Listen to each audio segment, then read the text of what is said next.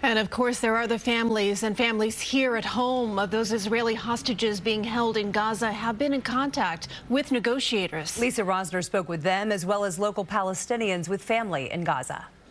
Hamas propaganda video released after Thanksgiving of now 21-year-old Idan Alexander from Tenafly, New Jersey, was the first time his family saw him in more than a year. Now his father hopes his freedom and a reunion in person is imminent. He graduated from the high school, was a Boy Scout, was on the high school swimming team. He belongs to be back with his family in New Jersey.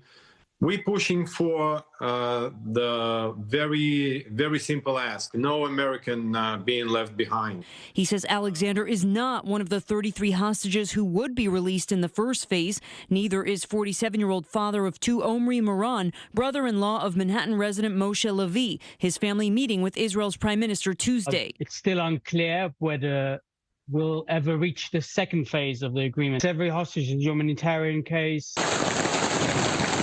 These videos from Gaza this past fall show the conditions Najla Cass says her family has been living in. The Staten Island resident says her parents, siblings, and their families have lost loved ones while struggling to survive in tents. They're in survival mode, so they're taking it hour by hour. It does bring hope. It brings hope for them to move on with their lives. It brings on a lot of anxiety. It's about, are we allowed to go back to our home? At Palestine Hair Salon in Patterson, New Jersey, the owner and a customer echoing those sentiments. A lot of them are still under the rubber, and they need that help. I want a ceasefire.